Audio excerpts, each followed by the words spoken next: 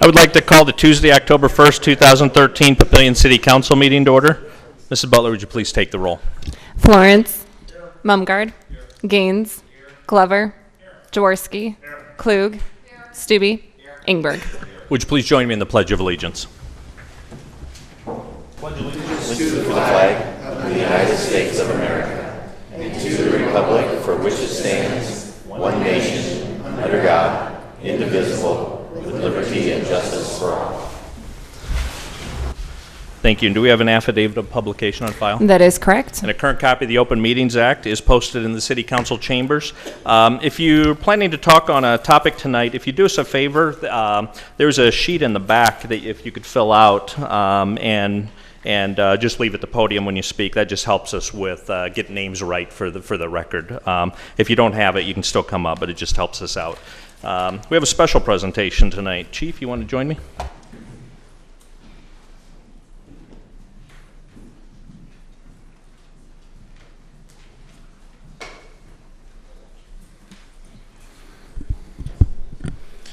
Mayor and council members, it gives me great pleasure to introduce our newest officer.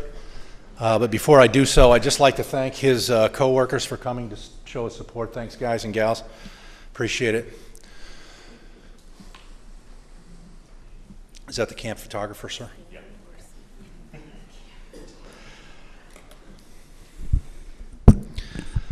Our newest officer is named Antoine Montague. And besides it being a somewhat of a Hollywood name, it is definitely, he's got the coolest name of anybody on our department now. Antoine is a very interesting story. Much like myself, he doesn't come from Nebraska originally, kind of a transplant.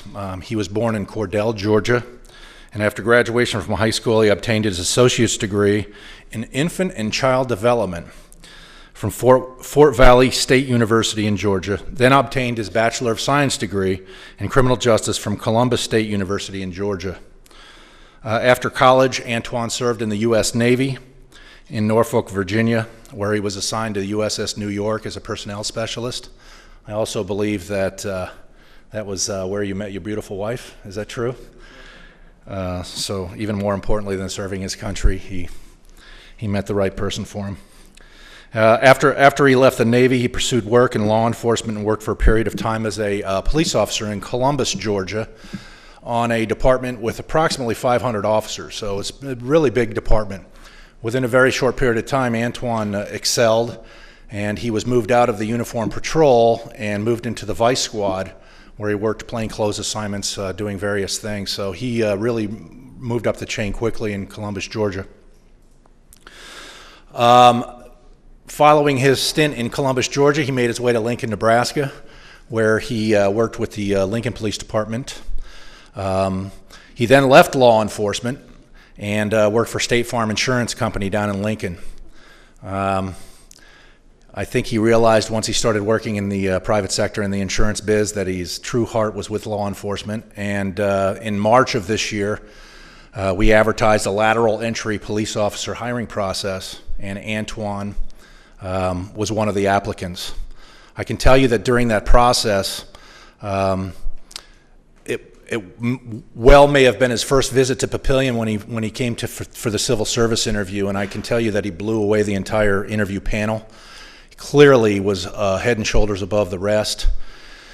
We, of course, do a pretty stringent background, and because of Antoine's history of growing up outside the state of Nebraska, it presented us quite a few challenges. But I can tell you that everyone we checked with in Georgia, down in Lincoln, with State Farm, everybody we talked to talked about Antoine's integrity, his reputation for being a fine family man, and I can tell you that it's been a very, very long time since we've ever had a candidate that has done his or her homework as much as Antoine did about Papillion prior to coming to work for Papillion.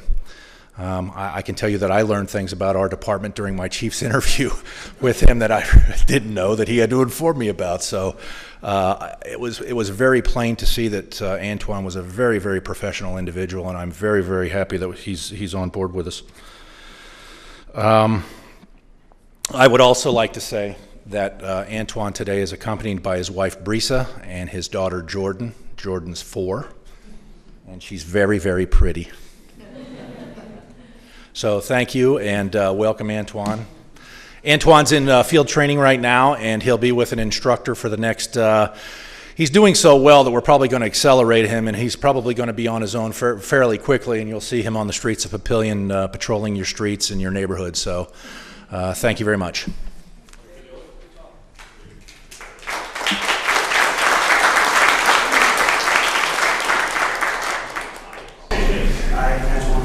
Do solemnly swear that I will support the Constitution of the United States and the Constitution of the State of Nebraska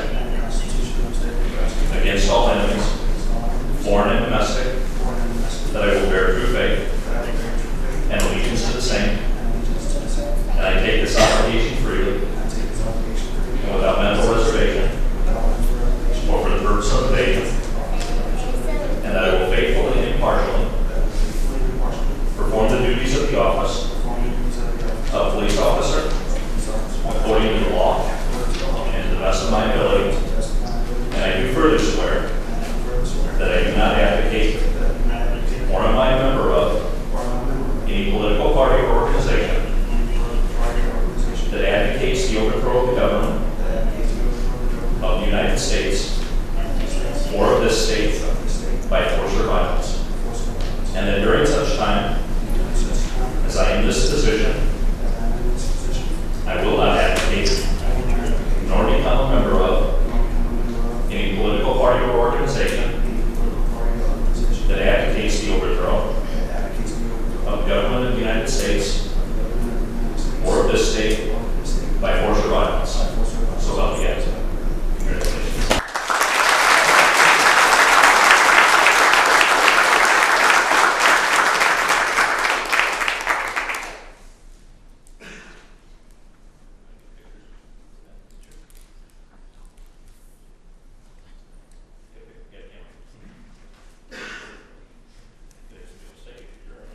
No, I'll just ruin it.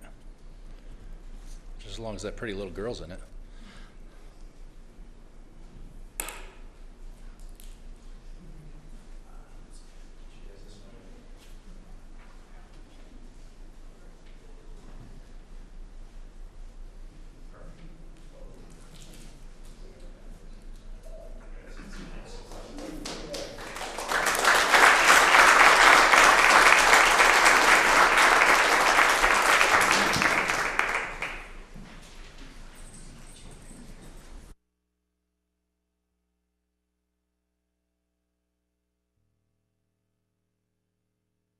Congratulations. Thanks, Chief. Mr. Hoynes, Administrator's Report, please.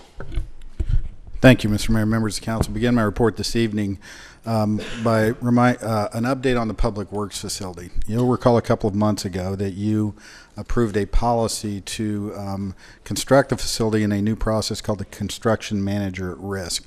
That policy had several steps for city staff to take to select the eventual contractor to build that building. Tomorrow, well, actually shortly after your approval of the policy, the city solicited requests for proposals for contractors. We received 7 bids for that particular job. That has been reduced to a short list of 4, and tomorrow a committee that's comprised of city staff members, Councilmember Klug, and a citizen will be conducting interviews with the finalist for that. I anticipate that after those interviews, that at the next city council meeting on October 15th, that the committee will be recommending a contractor for that building to begin finalizing the design and beginning the construction of that out at the River City site. And so we hope to get that process moving before the weather gets really cold this year. It's somewhere between an 18 and 24 month process. So certainly within 2 years from now, we'll be in there, hopefully even even sooner. So if you have any questions about that process, certainly you can contact myself, any city staff members. Councilmember Klug again's volunteered to give of her entire day tomorrow to help us do those interviews. So feel free to contact any one of us, and we can certainly fill in any blanks. I'd also like to remind you, council members, I mentioned a couple of weeks ago that the annual League of Municipality Conference is being held in the city of La Vista at the Embassy Suites next week on Wednesday, Thursday, and Friday. As a reminder, on Wednesday, Mayor Black and I will actually be doing a panel presentation on economic development within the city of Papillion over the last decade. We'll be joined on the panel with representatives from the city of La Vista and the city of Gretna, talking to other cities across the state about how we've managed economic development in the eastern side of the state historically, things like funding and SID process and such. Reminder of two important calendar events. Chief Bose did send out a flyer. I think you should have it at your desk. The annual Fire Prevention Pancake Feed is on Sunday, October 9th from 8 a.m. to 1 p.m. down at the fire station. So I'd love to see you come down to that. And also, at the same time as the League Conference, the Sarpy County Chamber is holding their annual dinner. It is also at the Embassy Suites. If you're interested in attending, if you contact Nicole, she can facilitate your registration. We just found out in the last couple of days by the chamber staff that the city of Papillion actually has been nominated for two special recognitions at that dinner. One, the elected official of the year. I don't know who that might be, but they'll be announcing that on the 10th. And also, in the classification as nonprofit of the year, the city of Papillion has been nominated and will be recognized at that event. So if you are free, your schedule's free that evening, there's still time to register. Just contact Nicole and she'll facilitate that, and we'll get a table set up. That concludes my report, Mr. Mayor. Thank you very much. Do we have a motion to approve the consent agenda? Motion by Councilman Gaines, second by Councilwoman Klug. Do we have any proponents? Any opponents? Any council discussion? Please vote. 8 yeas, 0 nays. Motion passes. Next is item E1, Ordinance 1673.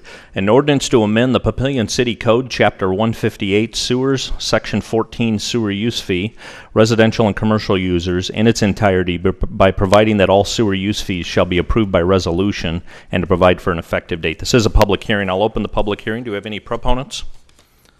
Do we have any opponents? Close the public hearing. Actually, I have a fairly short agenda tonight. That's the regular scheduled items. Next is committee reports. I know the Public Works Committee met. Is there anything to report? Yeah, Mayor, the committee met today and we discussed application for well permit. After a long discussion, there was a unanimous vote to deny that permit. We also had some discussion relative to maybe making some changes to the code, and so staff is going to develop some language that will be coming in front of the full council for changing the code relative to wells. Thank you very much. Next is comments from the floor. I think we have a few people that are going to speak in comments to the floor. First of all, though, I do want to invite, I believe we have a Girl Scout that wants to come up and present about a project. So if you would state your name for the record. I'm Megan O'Grady. I'm a ambassador of Troop 45483 up in Bellevue. I just want to let you all know about my Gold Award project that I'm doing currently. I'm in the process of doing it. It is to set up pieces of equipment around the Glenwood Hills Park as part of a low-impact fitness regimen. I know that around Walnut Creek they have more of an advanced set of fitness equipment set up around the trail, and then around the Halleck Park Duck Pond they have more of a medium-impact fitness equipment set up around there. So I met with Mr. Tony Gowan of the Parks Department, proposed my project to him, and he said the Glenwood Hills Park would be great for that. So I have 4 pieces of equipment that have been purchased thanks to the neighborhood grant application that I applied for and got the full amount of money from that. And I have the piece of equipment are in, and they should be put in the ground sometime, hopefully this November. And yeah, the project is to help, obviously, with that first step to fitness. That's what I call it. It's the first step to fitness in Papillion. And it's just for people that want to make a better life for themselves. They can start with my with the course that I plan to put in, and then maybe move up to the 2 other levels and just get themselves, to a better physical state. And also, since the Glenwood Hills Park is located so close to Midlands Hospital, I met with the director of the rehab center, and I plan to set up a program to where not only their boot camp employee group can go use the equipment about once a week, but also if they have rehab patients who can't afford more rehab, they can give them a brochure about the course and say, hey, it's right across the street. You can go there and get some really nice low impact fitness. And so, yeah. Wonderful project, and 2 things that I want to point out. I think her project was one of the first projects that came in under the new neighborhood grant program. If people are not aware, that was a program we just implemented last year, and we invited the public to come up with projects that we would use to match some dollars. And I think yours, if it wasn't the first one, it was probably the second one under that. So thank you for doing that. And I think the other important thing to realize is in that grant program, we didn't fully fund it. It was matching. You had to raise, how much money did you raise besides what we offered? $523.08. A lot of work, so thank you very, very, very much. Appreciate it. Okay. Thank you.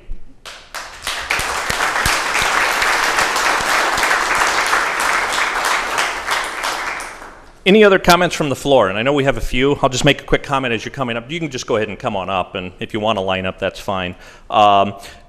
In comments from the floor, we can't really address what you're talking about because it's not a regularly scheduled agenda item. You're free to say what you want, but we won't get into an active dialogue or have council discussion until that item becomes a regular agenda item. But it will be part of the minutes. So, and if you'd state your name for the record. Sure. I'm even shorter than a high school student. Is that sad? My name is Sue Warner, and I'm a resident of Glenwood Hills. And I do have, can I hand a couple things out? These are just some talking points that I'm not gonna read from it. I speak to county boards and all kinds of things, so I speak from, off the tip of my tongue here. There are a few talking points with regards to the splash pad that is proposed for our neighborhood. And we're opponents to that, just because of some things that we see how it will affect it negatively. Some of it could be positive, but more so negative. I just need to glance down here. Our park is designated as a neighborhood park and not a destination park. And I don't know how you can retrofit a neighborhood park, and especially when it's a repeat of something that is already in the local community.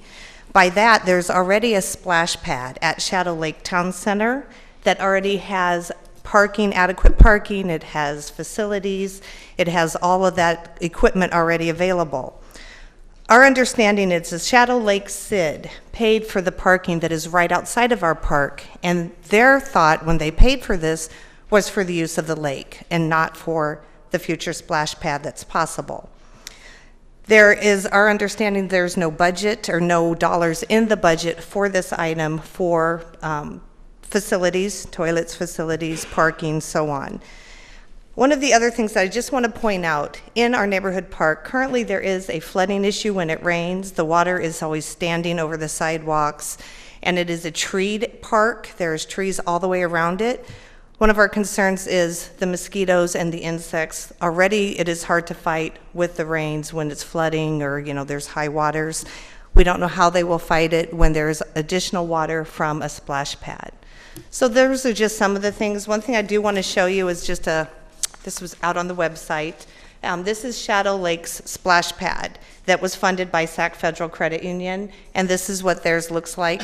It's less than a mile from Glenwood Hills Neighborhood Park. So there is one already in the area that I know is utilized. They have concerts there on Friday evenings. I know children go down there and play, so there is a local one close by.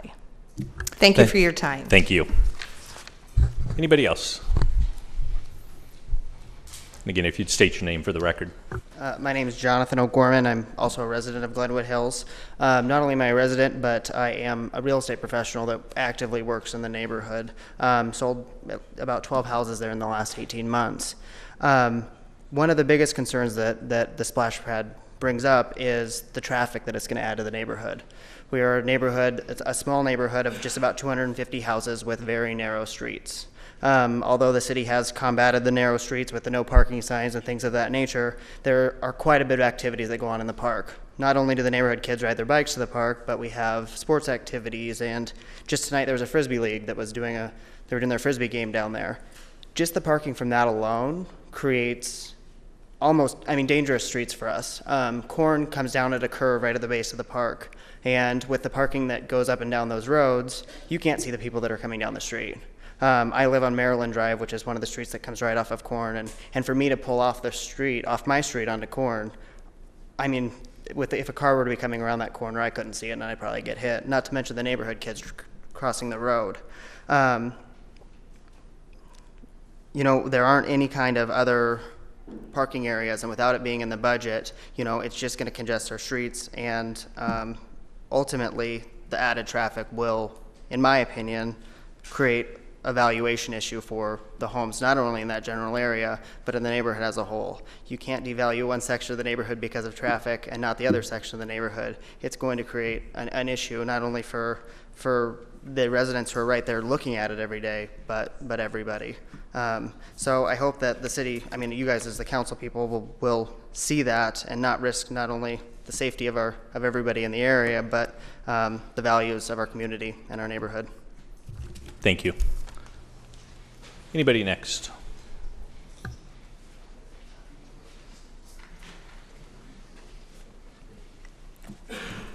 My name is Andrew Perry, and I live at 2008 Glenwood Avenue. So I'm also speaking about the splash pad proposed splash pad at Glenwood Hills Park. And I'm not against splash pads, but I am against putting splash pads in the wrong locations. And I really believe Glenwood Hills Park is a wrong location. And I did a little bit of research on this before deciding to come up and speak, and what I found is I researched the 2011 Papillion Parks Plan, and in there it stated that future parks plans would need adequate space within the park to not deteriorate the character and the quality of the open space. It should not be squeezed into a park space, even when it means that meets other requirements to the detriment of the character and open space quality of the park. And then that same plan states that within Papillion's jurisdiction, there are 4 possible locations for a larger scale splash pad, similar to the splash pad that is currently at Schweer. These include Monarch Park, Eagle Crest Park, Walnut Creek Lake and Recreation Area, and Shadow Lake. Glenwood Hills is not on that list. The park plan defined a neighborhood park as being 10 to 12 acres in size. Glenwood Hills Park is just a little bit over 6 acres, so it's already a smaller neighborhood park. And as Glenwood Hills Park is already a smaller park, adding a splash pad to Glenwood Hills Park would not only be a squeeze, it would be a tight squeeze. The smaller size of Glenwood Hills Park would serve to magnify a splash pad's detrimental effects on the character and open space of that park. And a final point taken from that same parks plan, there were 2 recommended improvements to Glenwood Hills Park. There were tree plantings and enlarging the basketball court. And again, no mention of a splash pad. And now the problems with crowds and parking at the Schweer Park splash pad were fairly well documented. Schweer Park is very close in size to Glenwood Hills Park. It's actually slightly larger. So if Schweer is too small to accommodate the crowds and to accommodate the traffic, I ask why should a better result be expected with a smaller park? I would contend the installation of a splash pad would have an even greater impact on the Glenwood Hills neighborhood than it had in Schweer Park. The splash pad at Schweer sits in a valley which keeps it below the eye line of its closest neighbors. Glenwood Hills Park is very flat, and any splash pad and the noise that comes with it would be directly at eye and ear level for those immediate neighbors. Now, in February 2000 Planning Commission discussion, Glenwood Hills Park was brought up as being a good example of a passive use park. A splash pad and the activity that comes with it would change the character of that park from passive to active. Now, I can understand to some that the word passive can have a negative connotation. It's easy for someone to drive by a park like Glenwood Hills, look at the large empty green space and think, what a waste of space, there should be something here. That space is not wasted. In the short time that I've lived in this neighborhood, I've seen people using it for baseball, soccer, frisbee, golf, football, exercising their dogs, and when there's snow on the ground, you're gonna see me out there laying down some cross-country ski tracks with my daughter. And Glenwood Hills Park, it's a wide open, multi-use space that serves many different purposes for people of all ages, from toddlers to great-grandparents. And the exercise equipment being installed by Miss O'Grady is a great addition to the park. I mean, it'd be perfect for all ages, and it's perfect for the ages of the people that use the park right now. And adding a splash pad, I think, would negatively impact the park's year-round ability to serve this diverse interest of all these people, all in the interest of providing service to a small subset of our population for 3 months of the year. And that subset of our population, small children, they're important, but they're already well served by all of our parks. It's a challenge to find a park that doesn't have something for the small children. Every park has amenities for small children. It's much harder to find a park that is appealing to teenagers and adults and senior citizens. And Glenwood Hills Park currently serves those groups. So I ask, why would anyone want to go and reduce those capacities? And the addition of the splash pad, it's not a minor improvement to an existing park. It is not the same as adding a new swing set to a playground. It's a significant modification that impacts the entire nature and character of the park. Splash pads have their place, but we should not be retrofitting existing parks to add them. They should be placed in parks designed with them in mind. And additionally, it's my understanding that the new housing developments being planned to be built near Warner Park will feature parks with splash pads designed with them in mind. And as these parks will be designed with splash pads in mind, they can be designed to better cope with the impacts of a splash pad versus retrofitting an existing park and coming up with Band-Aid measures to deal with the after effects. And as I've previously mentioned my daughter a little bit, I'd like to just close on a somewhat personal but still relevant note. And my daughter Juliana is 11 years old, and she does not want a splash pad in her park. She spends hours in this park. It's on the playground, kicking balls around the field, exploring the woods. She loves Glenwood Park. She was with me when we were first told by a neighbor about the proposed splash pad, and she's very worried at the thought of somebody ruining her park. So I ask all of you, please make the right decision, and please don't put a splash pad in Glenwood Hills Park. Thank you. Thank you.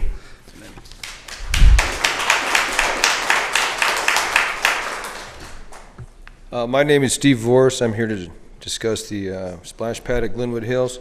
But first, I'd like to thank Megan O'Grady for bringing some additional, something we could use at our park, something that we can actually enjoy. In regards to the placement of the splash pad in the Glenwood Hills addition, I believe this is a bad idea. The one fact that may have been overlooked is there is already a splash pad in our neighborhood. A mere 800 yards from our park is a splash pad at the Shadow Lake Mall. This splash pad was bought and paid for by private funds and sponsored by SAC Federal Credit Union. The maintenance, the bathrooms, and the unlimited parking are already in existence. How can it be justified using $250,000 of taxpayer funds on a project that has already been taken care of at no cost or liability to the city of Papillion? During these times when taxpayers hold our government on all levels to make good, sound fiscal decisions, this seems to be a waste of taxpayers' money. Maybe a better appropriation for these funds would be to make upgrades to our newly named Veterans Park. As a Vietnam-era veteran, I think that this project is long overdue. We could acquire memorials, benches, and maybe a flower garden that would honor all of our veterans, past, present, and future. In light of what has happened to our federal government today, there may be many residents of this city who just had their income partially or totally affected. How can we justify to them or anyone else that an investment of $250,000 on another splash pad isn't just a frivolous waste of government funds? In closing, whatever choice you finally do make, please make sure it is done in the best interest of all the taxpayers and voters of the city of Papillion. Thank you. Thank you. Anybody next? We do have a general policy, just out of respect for somebody that might be on the opposite side, if we can hold the applause or any side comments. Thank you. Thank you, Mayor, council members. My name is Bill Metcalf. Although I'm not a citizen of the Glenwood Hills, I am a member of the SID 264 Shadow Lake. What I would just like to know, or put on record, is when we voted for that parking lot, at no point, at no time were the drawings that we looked at or the documentation that we looked at, did it show that there would be a connection to the Glenwood Hills or any splash pad. I just want to make sure that that is put out there on public record. Thank you. Next, please.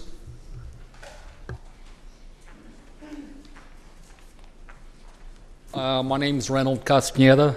I was here back in 2009. First of all, Mayor Black and council members, thank you for giving me this privilege to talk to you. I live in one of the top 5 cities in the nation, which I attribute to all of you and the decision making that you have made. Tonight, I'm not, I'm speaking, against the splash pad that is being proposed, being built in our neighborhood. I'm not going to talk about the pros and cons of the splash pad because they've already been addressed. Okay. Next thing I'd like to talk about is all the memorials that have been built for the military members. The one at the City Hall is very gorgeous, and I heard there's another one at Halleck Park. I personally like to thank you for renaming one of the streets after First Lieutenant Mark Nuziska, who was a personal friend of mine that served in my unit. This young man was Mr. Monarch in his senior year of high school, and had a bright future in front of him. He is dearly missed by his family and friends, including me. I'm a member of the military. I have served close to 31 years, and I'm still serving. I did a 1-year tour in Afghanistan. I had plenty of worries when I was in Afghanistan, especially about getting blown up by an IED every time I left my base. Not only did I have these worries, but I had the worries about the safeties of my wife and children back home in the States. Council members, as a vet service member, I don't want any recognition, don't care about rewards. I just want to serve my country unselfishly. The only thing I ask, and I think I've earned, is to live in a nice, peaceful community that is safe. I'm pretty sure all service members think this way, and I know there are quite a few in my neighborhoods. I'm afraid of this is going to change if the splash pad is put into my neighborhood park. So I ask you to please vote against it. One last thing I'd like to say is today I work at Offutt Air Force Base. We got a letter from top command as far as what President Obama had to say, in regards to the government shutdown. I'm quoting what he has to say. So while the budget fights in Washington are too often partisan, your service to the country must never be. As one of my predecessors, President George H.W. Bush, once said, there is nothing more fulfilling than to serve your country and your fellow citizens and to do it well. And that is what our system of self-government depends upon. Thank you, Master Sergeant Reynolds Castaneda, United States Army, National Guard. Thank you very much. Do you have anybody else? Just one quick clarification, because we do televise this, so if somebody's watching, just for context, do want to make sure they might think that we actually had a public hearing on an actual item we were going to make a decision on. We actually don't have an item that we're actually voting on, so it's the comments from the floor we're hearing. If we do end up with an item to vote on related to this, we do have the names of the folks, so we'll make sure you're aware of that. Go ahead. Hi, my name is Stephanie Pecklow. I reside at 2115 Quarren Drive. I live in the Glenwood Hills area. All the points have been made. I just want to stress, this is what you currently have going on at Schweer. This is a large group. It brings in the buses. You aren't maintaining that currently. All these people are wearing pink. I'd like to say that you've heard all our community's concern. I am going to present this picture to each and every one of you. And I believe a picture speaks 1,000 words. I urge you to not do this, not only to Glenwood Hills Park, but to any neighborhood park. That's all I have. Thank you. Thank you very much. Do we have anybody else? Closed comments from the floor. Any comments from council? No comments from council, just a couple of updates from the last couple of weeks. I did join the American Legion for their POWMIA event and gave an official proclamation there. We had a new church that's opening up at the YMCA. I went and welcomed them, New Hope Church down at the Y. Also participated with the Sarpy Chamber Young Professionals. The other Sarpy mayors and myself gave an update on things that were going on in our towns. Mr. Hoynes and I met with a resident that was interested in serving on a potential board. They just want to get involved. They didn't have a specific idea.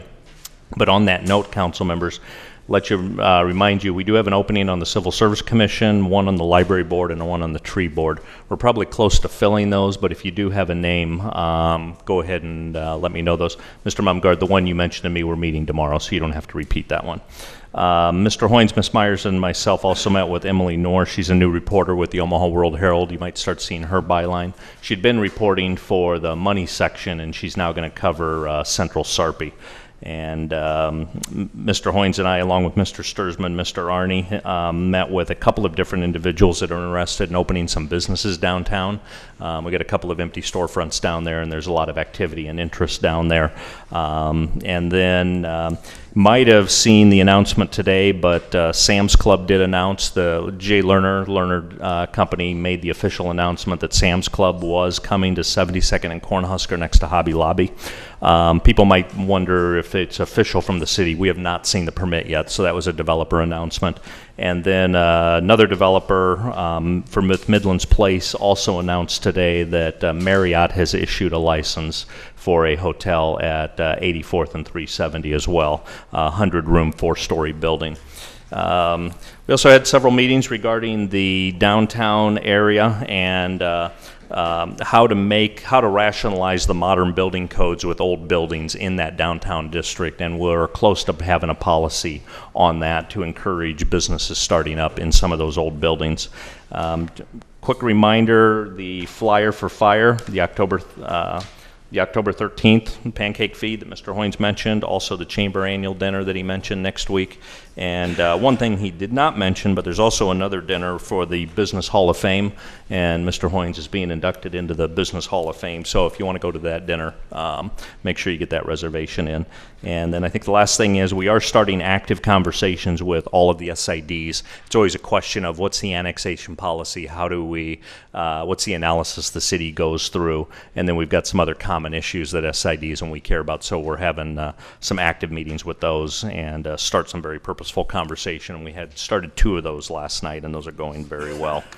Any other comments from council? We have a motion to adjourn. Motion by Councilman Glover. Second by Councilman Gaines. Please vote.